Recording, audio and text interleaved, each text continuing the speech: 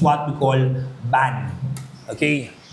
Sir, ano yung ban na yan? Letter B stands for breakdown of social order. Okay? Breakdown of social order. Okay? Breakdown of social order. Ang ibig sabihin nun ay unti-unting pagkasira. Okay? Unti-unting pagkasira ng lipunan. Letter A, nandito ang tinatawag nating absence of social norms. Absence of social norms. Yan. Okay, anong pinag-uusapan sa tinatawag nating absence of social norms? Okay, tandaan na, ang pinag-uusapan dyan, may umiiral na batas pero wala nang sumusunod. Okay, and finally, ang tawag naman dito para is none other than normlessness. Okay, normlessness. Do not forget that. Pag sinabing normlessness, kapatid, kawalan ng tamang norm. Wala nang umiiral na tama at mali. Okay, yan ang tinatawag natin para ni Emil David Durkheim. Okay? Nasusundan? Nakakasabay? Okay. Now, panigabutin. Let's talk about number 4. Ika-4. Mabilis lang to pare. Let's talk about 3 point. Pangilan na to? 3 point tuloy.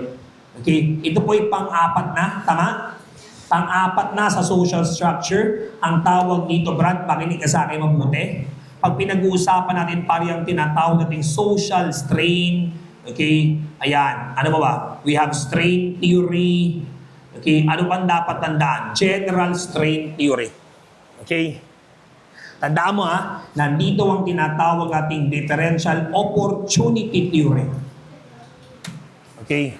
Yan. Sir, ano tong tinatawag nating differential opportunity theory?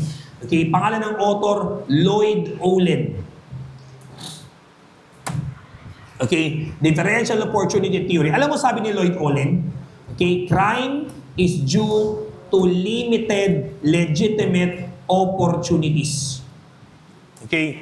Ano sa Tagalog pare? Ang krimen ay nagdudulot kapatid ng pagkabawas o pagkaubos ng mga authority sa Pilipinas.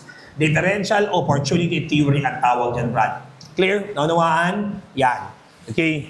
Differential opportunity theory. Next. Number 5. Ito kailangan ko ng konting talino pare dito Kailangan ko ng konting talino pare dito. Listen. Ang pangalan pare ng theory, ang pangalan pare ng teorya is what? Sa tingin mo, anong pangalan ng theory? Okay. Tandaan na, ang tawag ay cultural deviance theory. Ang tatanda mo lang pare, pag sinabi natin cultural deviance, there is what we call a conflict. Makinig, there is a conflict between upper class and lower class society. Hindi daw pare magkasundo ang mayaman at mahirap. Ang tawag dyan pare simply cultural deviance. Okay? Meron kasi nangyayari pare ko dito na culture conflict. Okay? Culture conflict. Okay? Sir, ano yung culture conflict na yan, Brad? What do you mean by that culture conflict? Okay? Makinig ka sa akin pare mabuti Listen. Pag sinabi natin paring culture conflict, it is actually a conflict between upper class and lower class. Okay, ang tawag dyan culture conflict theory. Anong meron, sir?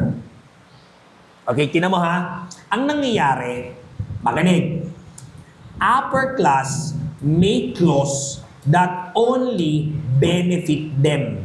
Sa Tagalog, pag sinabi natin pari number 5, ang mga upper class gumagawa ng batas para lang sa kanilang sarili. Which is in conflict, okay, with what? Okay, which only make conflict with what? UC make laws that only benefit them, which is in conflict with what?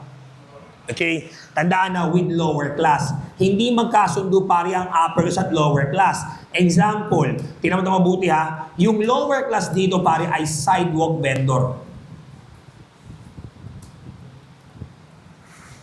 Okay, sidewalk vendor. Ngayon, makinig ka buti. Tanungin natin yung sidewalk vendor.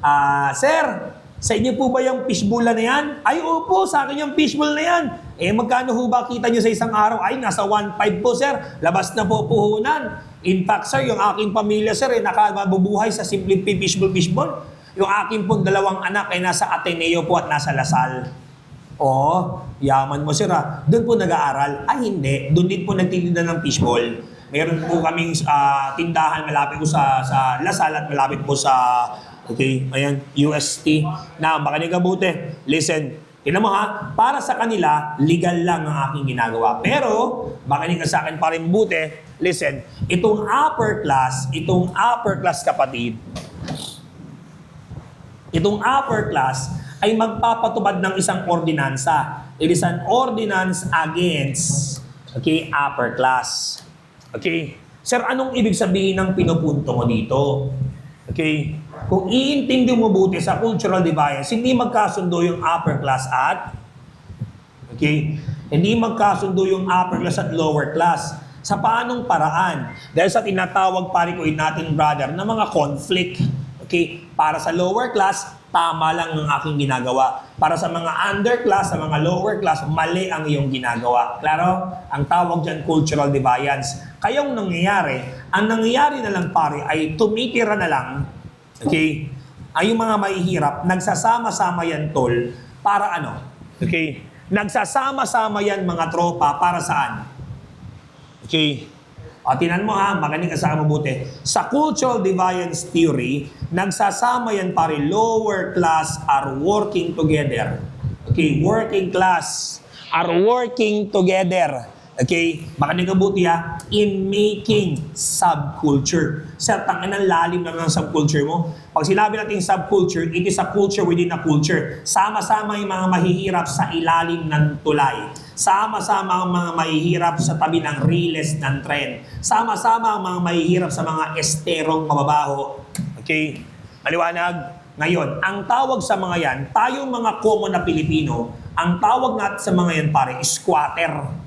Pero pakiusap lang, pag nagpunta ka ng Maynila o sa anumang lugar at nakakita ka pare ng squatter, huwag mong tawagin pare ko na squatter, di ba? Huwag. Nakita ka ng squatter, huwag mong tawagin squatter, tawagin mong subculture. Di ba mas maganda pare na medyo social?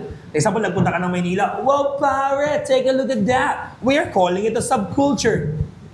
At dyan daw nang gagaling ang krimen. Huwag na tayong magplastikan, di ba? Dyan pare ko'y nagmumula ang krimen. Ang tawag dyan pare simply cultural deviance theory. Clear? Kaya to make it simple, ito lang ating memory aid, pampatalas ng memorya. UC versus LC equals, equals what? Ayan. UV versus LC equals, makinig pa ng buti ha, cultural deviance. CDT. Cultural deviance. Maliwanag, naunawaan, huwag kalimutan na, ang cultural deviance ay nag-ugat sa pamamagitan ng hindi pagkakasundo pa rin ng bawat author. Yan ang ating dapat maunawaan. Hindi sila pare-pareho, no? Tandaan mo ha, pag sinabi pare ko natin cultural deviance theory, iba pananaw ng upper class, iba pananaw ng lower class. Para sa mga lower class, legal ang aking ginagawa. Para sa mga upper class, krimen ang iyong ginagawa. Hindi sila magkasundo, tol. Kagaya nito, fishbowl vendor. Para sa mga fishbowl vendor, tama lang ang ginagawa nila. Para sa mga upper class, abala yung mga yan. Dulot yan ni traffic. Guess nyo? Hindi tama eh. Yes po. Break na muna tayo? Is that okay with you? Let's have a break. Mga sir, sige po. Balik kayo pare after 15 minutes. 3:17. Go. Next nating pag-usapan.